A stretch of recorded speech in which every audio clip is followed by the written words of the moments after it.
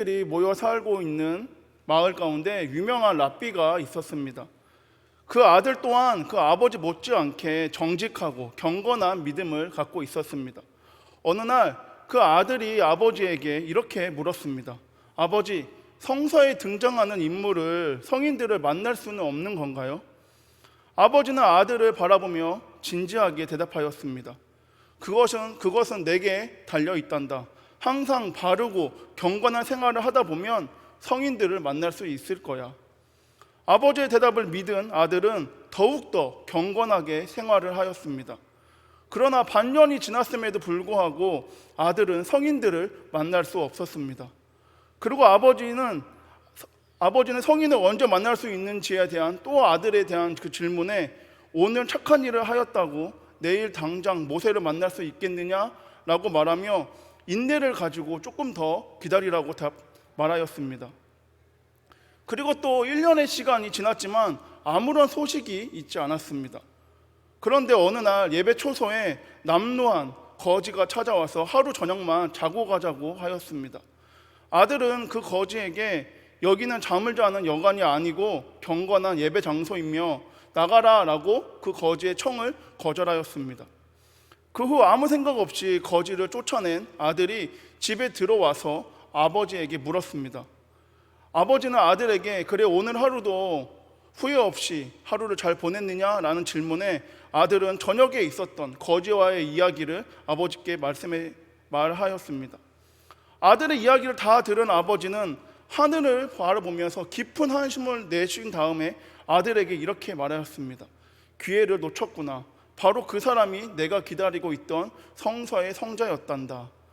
아버지의 말을 들은 아들은 너무나도 기가 막히고 안타까운 마음에 애원하면서 아버지께 다시 물었습니다. 아버지, 그렇다면 저는 평생 동안 이 일을 후회하면서 살아야 합니까? 돌이킬 수는 없는 건가요? 아버지는 진지하게 아들에게 대답하였습니다. 또 기회는 있겠지. 하지만 그 기회가 언제 어떠한 모습으로 너에게 찾아올지는 아무도 알 수 없단다. 오늘 본문은 지난 수요 예배 때 나눴던 예수님께서 광야에서 시험을 받으신 내용입니다. 마태복음 4장 1절에서 11절에는 예수님의 광야에서의 시험이 기록되어 있습니다. 지난 수요 예배 때는 예수님의 광야 세 가지 시험 중에 첫 번째 시험을 살펴보았습니다. 그래서 오늘은 예수님의 두 번째 시험을 살펴보고자 합니다. 그런데 오늘 본문 내용을 살펴보기 전에 현재 예수님의 상황과 첫 번째 시험을 이 시간 잠깐 되돌아보고자 합니다. 먼저 예수님께서는 성령님께 이끌려 마귀에게 시험을 받으러 광야로 가셨습니다. 여기서 우리는 성령의 이끌림과 마귀의 공격을 동시에 볼 수 있습니다. 그리고 마귀는 뭘 싫어하고 뭘 공격하는지, 언제 어떻게 공격하는지를 우리는 알 수 있습니다. 예수님은 광야에 가셔서 곧바로 시험을 받으신 것이 아닌 40일 동안 금식 기도를 하셨습니다. 예수님께서는 단순히 40일 동안 금식을 하신 것이 아닌 금식을 하면서 하나님의 뜻만을, 하나님의 말씀만을 붙잡는 시간, 그리고 다가올 시험을 준비하셨습니다. 그럼 그 40일 동안 마귀는 무엇을 하고 있었을까요? 아마 마귀는 예수님의 40일 동안 금식을 하실 때에 세 가지 시험을 준비하였을 것입니다. 그리고 그 시험을 주는 시점도 마귀는 생각했을 것 같습니다. 창세기 3장에는 아담과 하와가 뱀, 마귀의 유혹 가운데 넘어지는 장면이 나옵니다. 성경을 문자적으로만 보면은 아담과 하와가 선악과를 먹은 장면은 창세기 3장 1절부터 6절 단 6절밖에 기록되어 있지 않습니다. 창세기 3장 1절에 뱀이 여자에게 물어 이르되 라는 것을 보아 마귀는 하와를 유혹하기 위해, 공격하기 위해 먼저 하와에게 찾아왔습니다. 그리고 성경에서는 한 구절로 기록되어 있지만 마귀는 수없이 하와에게 속삭였을 것입니다. 단순히 그냥 느낌이 와서 하와에게 찾아가서 하나님이 참으로 너희에게 동산 나무의 열매를 먹지 말라고 하시더냐? 라고 물어본 것이 아닌 수없이 속삭이면서 가장 유혹하기 좋은, 가장 넘어뜨리기 좋은 타이밍을 찾았을 것입니다. 마귀는 예수님이 40일 동안 금식하는 동안 세 가지 시험과 그 시험의 시점을 생각했듯이 아담과 하와가 하나님 안에서 하나님만 바라보며 살아갈 때 그들이 흔들리는 타이밍을 보면서 기다리고 기다리다 때가 되었을 때 찾아가 넘어뜨렸다는 것입니다.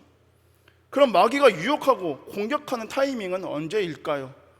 마귀는 예수님의 40일 금식하기 전에 하는 중간에 찾아와서 유혹한 것이 아닌 40일 금식이 끝난 후에 찾아왔습니다. 마귀는 예수님의 40일 금식을 방해하지 않았습니다.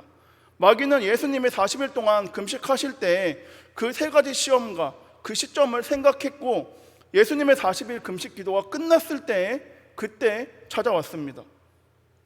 우리식으로 말하면 하나님이 나를 사랑하셔 라는 것을 경험하는 순간에 기도 제목이 응답받았을 때 세상 일이 잘 풀릴 때 예배를 마친 후에 우리에게 찾아온다는 것입니다. 마귀는 우리가 생각하는 모든 것이 끝났고 성공했고 만족을 했다고 느낄 때 그때 찾아온다는 것입니다. 마귀가 모든 것이 끝난 후에 찾아오는 이유는 그때 우리를 넘어뜨리는 게 마귀의 입장에서는 더욱 효과적이기 때문입니다.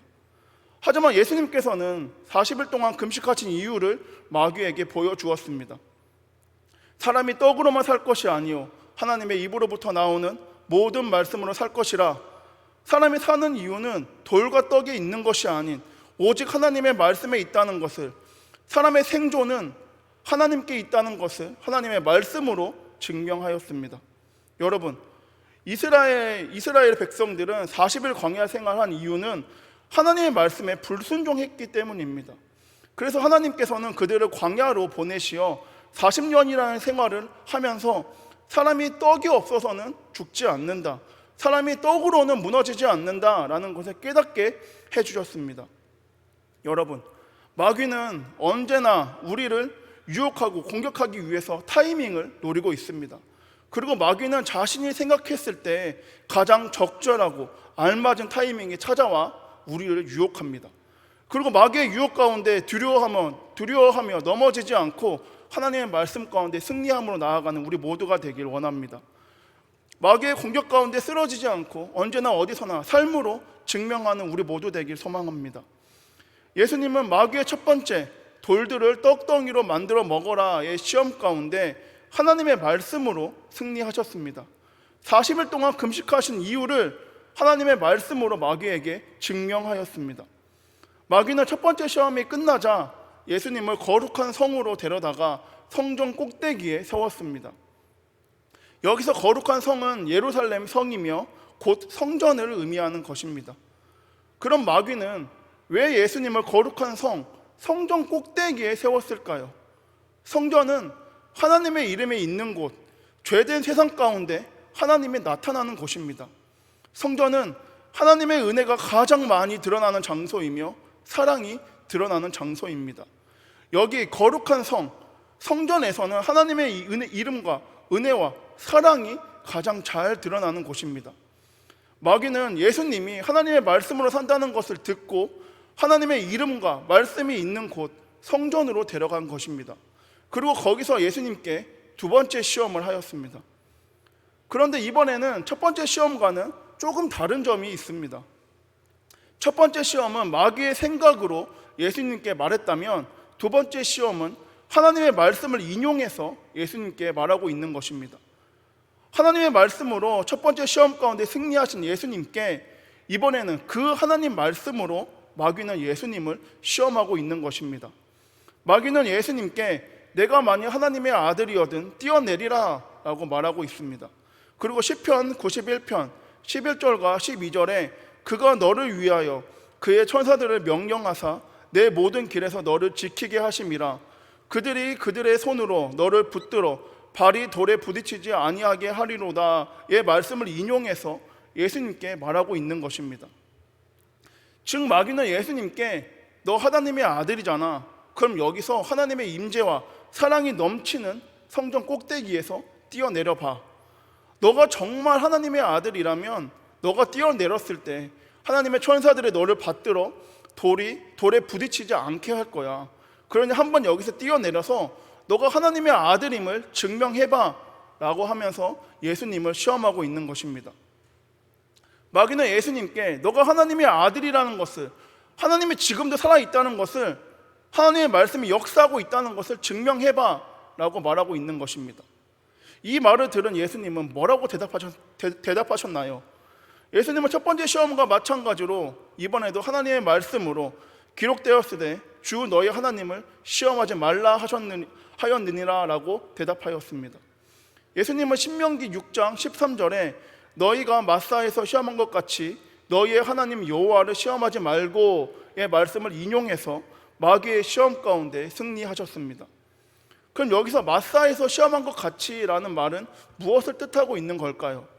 출애굽기 17장 7절에 그가 그곳 이름을 마사 또는 무리바라 불렀으니 이는 이스라엘 자손이 다투었으며 또는 그들이 여호와를 시험하여 이르기를 여호와께서 우리 중에 계신가 안 계신가 하였음이더라의 말씀에서 마사가 나옵니다. 그럼 여기서 출애굽기 17장의 말씀을 잠시 살펴보겠습니다. 출애굽기 17장 1절에서 3절에는 이스라엘 백성들이 하나님을 원망하는 장면이 나옵니다. 이스라엘 백성들은 하나님의 명령대로 신광야를 떠나 리비딤에 장막을 쳤습니다. 그런데 그곳에 백성들이 마실 물이 없었습니다. 그러자 이스라엘 백성들은 모세와 다투며 우리에게 물을 주어 마시게 하라라고 말하였습니다.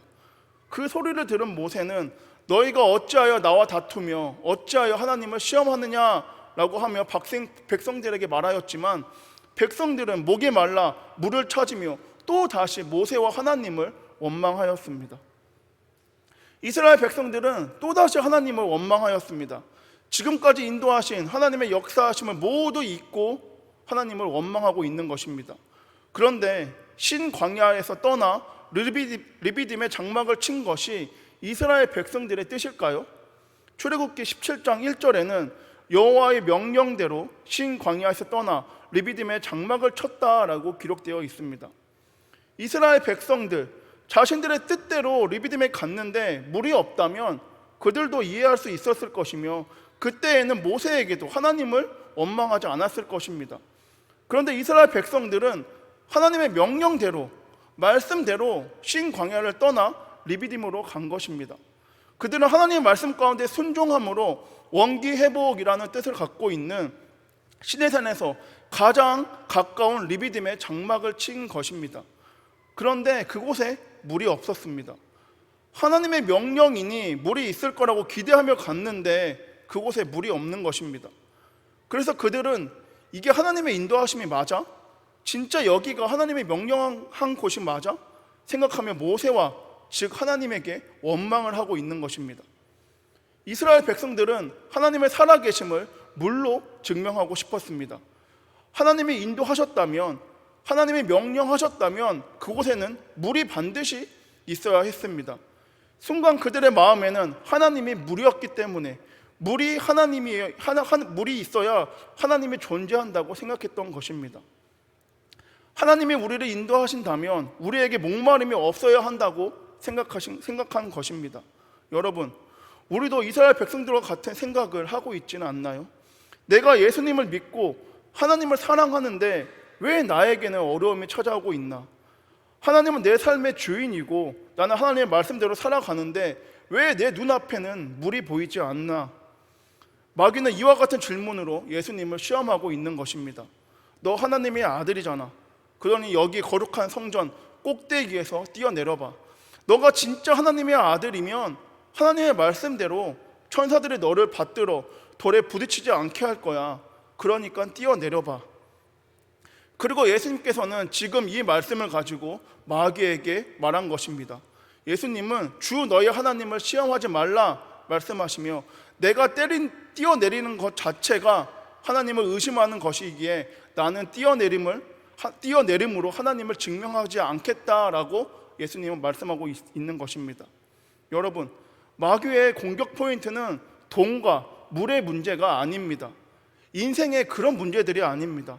마귀는 우리가 하나님을 근거로 살지 못하도록, 우리가 하나님을 끊임없이 의심하도록 만들기 위해서 돈과 물을 사용하는 것입니다. 아담과 하와에게 찾아와서 진짜 선악과를 먹으면 죽는데? 라고 말하며 하나님의 말씀을 의심하게 만들고 생각나게 만듭니다. 그리고 결국은 하나님의 말씀을 믿지 못하고 자신의 행동대로 확인하게 만들었습니다. 마귀가 원하는 것은 우리가 하나님의 사람으로 살지 못하게 하는 것입니다. 끊임없이 하나님의 말씀을 의심하게 만들고 끊임없이 돌과 물로 우리를 어렵게 만듭니다. 그래서 사단은 결국 우리로 하여금 그리스도다운 영향력을 세상에 발휘하지 못하게 한다는 것입니다. 하나님의 은혜와 임재하심, 하나님의 사랑하심을 의심하도록 만드는 것입니다. 간혹 우리는 이렇게 하나님을 원망할 때가 있습니다. 하나님, 저는 하나님을 믿고 말씀대로 살고 있는데 가정과 건강과 돈, 관계 이런 모든 문제가 왜 저에게 생길까요? 그런데 왜 하나님을 믿지 않는 저 사람은, 하나님을 부인하는 저 사람은 건강하고 돈도 많이 벌고 모든 게 좋나요? 라면서 하나님을 원망할 때가 있습니다. 이러한 마음이 우리 안에 있다는 것은 우리는 하나님을 물로 증명하고 있다는 것입니다. 하나님의 말씀대로 리비딤이 왔는데 물이 없어서 하나님을 원망하는 이스라엘 백성들과 건강, 돈, 내가 필요한 것이 채워지지 않을 때 하나님을 원망하는 우리의 모습들은 똑같으며 두 모습 둘 다 하나님을 물로 증명하고 싶고 하나님을 물로 여기고 있다는 것입니다. 이스라엘 백성들은 하나님의 역사하심, 인도하심을 경험했습니다. 애굽에서 구원해 주신 하나님, 불기둥과 구름 기둥으로 살피시는 하나님, 때때로 만나와 물을 주어 그들의 삶을 인도하시는 하나님. 그러나 그들은 그 모든 것을 경험했음에도 자신들에게 필요한 것이 없을 때에, 자신들이 생각한 것이 없을 때에 하나님의 존재를 의심했고 원망했습니다. 시편 95편 8절부터 10절에 너희는 무리바에서와 같이 또 광야와 마사에서 지낸 날과 같이 너희의 마음을 완악하게 하지 말지어다. 그때 너희 조상들이 내가 행한 일을 보고서도 나를 시험하고 조사하였도다. 내가 40년 동안 그 세대로 말미암아 근심하여 이르기를 그들은 마음이 미혹한 백성이라 내 길을 알지 못한다 하였도다. 그들이 모든 것을 경험했음에도 하나님을 시험하고 의심하고 원망한 것은 그들의 마음이 미혹된 백성이었기 때문입니다. 그들은 항상 타이밍을 노리고 있는 마귀의 유혹과 공격에 넘어졌기 때문입니다. 그래서 그들은 하나님을 믿음에도, 하나님의 역사하심을 경험했음에도 마음이 미혹된 백성이기 때문에 하나님을 시험하고 의심하고 원망한 것입니다. 여러분, 번지점프를 해보셨나요? 어느 한 남자 청년이 번지점프를 하기 위해 번지점프대에 올라갔습니다. 그런데 막상 뛰려고 하니까 너무 무서웠습니다. 그런데 그 모습을 지켜보던 교관이 이렇게 청년에게 얘기했습니다. 뛰어내리세요. 그 청년은 제가 왜 뛰어내려야 돼요? 저 싫어요. 무서워요. 못 뛰어내리겠어요. 내려갈게요 라고 하면서 교관에게 말했습니다. 그런데 그때 그 교관이 다시 청년에게 남자라면 뛰어내리세요. 남자라면 뛰어내릴 수 있습니다 라고 말하였습니다. 순간 그 청년에게 번지점프의 목적이 바뀌었습니다. 처음에는 그냥 재미로 스릴을 즐기기 위해서 그게 번지점프의 목적이었다면 지금은 남자이기 때문에 남자라는 것을 증명하기 위해서 번지점프를 해야 된다는 것으로 목적이 바뀐 것입니다. 여러분, 그 청년이 번지점프를 해야만 남자라는 것을 증명할 수 있나요? 아니죠. 그 청년은 태어날 때부터 남자였습니다. 그래서 번지점프를 해도 남자이고 안 해도 남자라는 것입니다. 그런데 우리는 간혹 이런 문제 가운데 고민할 때가 있습니다. 그냥 단순한 내용인데 갑자기 그 내용에 상황이 바뀐다면 그냥 번지점프를 하는 건데, 나의 재미를 위해서 하는 건데 그 앞에 남자라면 이라는 상황이 붙으면 우리는 고민하게 된다는 것입니다. 마귀도 이와 같이 예수님을 시험하였습니다. 마귀는 예수님께 성전 꼭대기에서 뛰어내려 봐 라고 말한 것이 아닌 너가 하나님의 아들이라면 성전 꼭대기에서 뛰어내려 봐 라고 말하고 있는 것입니다. 마귀는 예수님께 너 여기서 뛰어내려야 하나님의 아들인 거야. 안 뛰어내리면, 못 뛰어내리면 하나님의 아들이 아닌 거야. 하나님을 못 믿는 거야 라고 하면서 예수님을 미혹하고 있는 것입니다. 하지만 예수님은 그 마귀의 시험 가운데 넘어지지 않았습니다. 예수님은 하나님의 아들이라는 것을 증명됨에 있어서 마귀가 필요가 없었던 것입니다. 마태복음 3장 17절에 하늘로부터 소리가 있어 말씀하시되 이는 내 사랑하는 아들이요 내 기뻐하는 자라 하시니라. 이 말씀이면 예수님은 충분했습니다. 하나님께서 너는 내가 사랑하는 아들이고 내가 기뻐하는 자다라고 말씀하셨기 때문에 마귀의 유혹과 시험에 예수님은 넘어지지 않으셨습니다. 마귀의 말처럼 뛰어내려야 하나님의 아들이 되는 것이 아닌 이미 하나님의 아들이기 때문에 하나님을 의심하지 않고 시험하지 않겠다는 것입니다. 예수님은 굶주림 가운데, 피곤함 가운데, 어려움 가운데 하나님을 증명했습니다. 하나님의 말씀으로 마귀에게 증명했고 하나님의 말씀으로 승리하셨습니다. 마지막으로 철학자 칸트의 이야기를 하고 마치겠습니다. 철학자 임마누엘 칸트는 매우 논리적이고 신중한 사람이었습니다. 그러나 너무 신중한 나머지 매사에 쉽게 결정하지 못하는 약점이 그에게 있었습니다. 한 번은 칸트가 사랑하는 어떤 아름다운 여인이 있었습니다. 그 여인도 칸트를 사랑하였지만 어찌된 노릇인지 칸트가 그 여인에게 구원을 하지 않는 것입니다. 여인은 견디다 못해 먼저 사랑을 고백하며 청원했습니다. 그랬더니 칸트의 대답은 한번 생각해 보겠습니다 라는 것이었습니다. 그때부터 칸트는 도서관에 가서 결혼을 깊이 연구하기 시작했습니다. 결혼에 관한 찬성과 반대의 글을 읽으며 명상하기 시작했습니다. 깊고 철저하게 연구한 끝에 그 여인과 결혼하기로 단단히 결심한 칸트는 그 여인의 집을 찾아가 문을 두드렸습니다. 그랬더니 그 여인의 아버지의 말이 너무 늦었어. 내 딸은 이미 새 아이의 어머니가 됐답니다 라고 말하는 것이었습니다. 그렇다면 결혼에 대한 연구의 기간은 7년에서 8년이 흘렀다는 것입니다.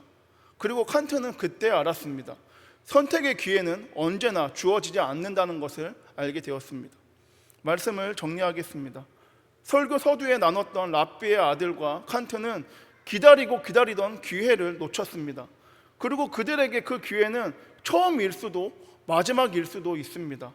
그들에게 기회는 그들이 원할 때 찾아온 것이 아닌 아무도 모르게 순간적으로 찾아왔다가 사라져 버렸습니다. 반면 예수님은 순간 찾아오는 그 기회를 붙잡았습니다. 예수님은 40일 금식한 후에 하나님을 증명하기 위해서 그때를 기다렸습니다. 그리고 그때가 찾아왔을 때 그 기회를 놓치지 않고 하나님의 말씀으로 증명하였습니다. 그 기회는 예수님이 굶주렸을 때 순간적으로 찾아왔고 예수님이 한 번 승리했다고 생각했을 때 다시 찾아왔습니다. 그 기회는 예수님이 육체적으로 힘들다고 느낄 때, 예수님이 이겼다고 생각할 때 순간적으로 찾아왔지만 예수님은 40일 동안 금식을 하면서 하나님만을 바라봤기 때문에, 하나님의 말씀만을 의지했기 때문에 모든 기회를 붙잡고 승리할 수 있었습니다. 여러분, 삶이 어렵다는 것은 어떤 면에서는 하나님이 나에게 주신 기회입니다. 세상을 붙잡지 않고 하나님만을 붙잡았다는 것을 증명할 수 있는 기회입니다. 사단의 유혹과 공격에도 하나님을 붙잡았다고 나타낼 수 있는 증명의 기회라는 것입니다. 여러분, 광야는 만만치 않습니다. 우리의 삶 가운데 다가오는 죄의 공격은 만만치 않습니다. 마귀의 수많은 공격과 유혹 가운데 하나님을 의심하지 않고 하나님의 말씀만을 붙잡고 나아가기를 원합니다. 하나님이 우리에게 기회를 주셨을 때 그 기회를 놓치지 않고 붙잡아서 세상 가운데 하나님을 증명하며 나아가길 소망합니다. 그래서 우리 모두가 하나님께 칭찬받는 예배자로, 하나님의 자랑하는 공동체로, 하나님의 주목하는 교회 되기를 소망합니다. 기도하겠습니다. 우리의 예배를 기쁘게 받으시는 주님 감사합니다. 오늘 말씀을 통하여 하나님의 말씀은 완전하다는 것을, 하나님의 약속은 영원하다는 것을 깨닫게 하심에 감사합니다. 그럼에도 하나님 말씀 가운데 순종하지 못하였던 우리들의 모습들이 있다면 이 시간 고백하오니 용서하여 주시옵소서. 이제 하나님의 말씀을 의심하지 않고 나의 행동으로 확인하려 하지 않고 우리의 삶을 주관하여 주시옵소서. 이제 우리가 세상 가운데 나아가 하나님의 말씀으로 승리하기 원하오니, 하나님의 이름만을 나타내기 원하오니 주관하여 주시옵소서. 주님, 우리에게 감당하기 힘든 상황과 환경이 찾아올 때에 낭망하며 좌절하기보다 이때가 하나님이 우리에게 주신 기회라고 생각하고, 이때가 하나님의 살아계심을 세상 가운데 증명할 수 있는 기회라 생각하며 나아가도록 역사하여 주시옵소서. 이 모든 말씀 지금도 살아서 역사하시는 예수님의 이름으로 기도드립니다.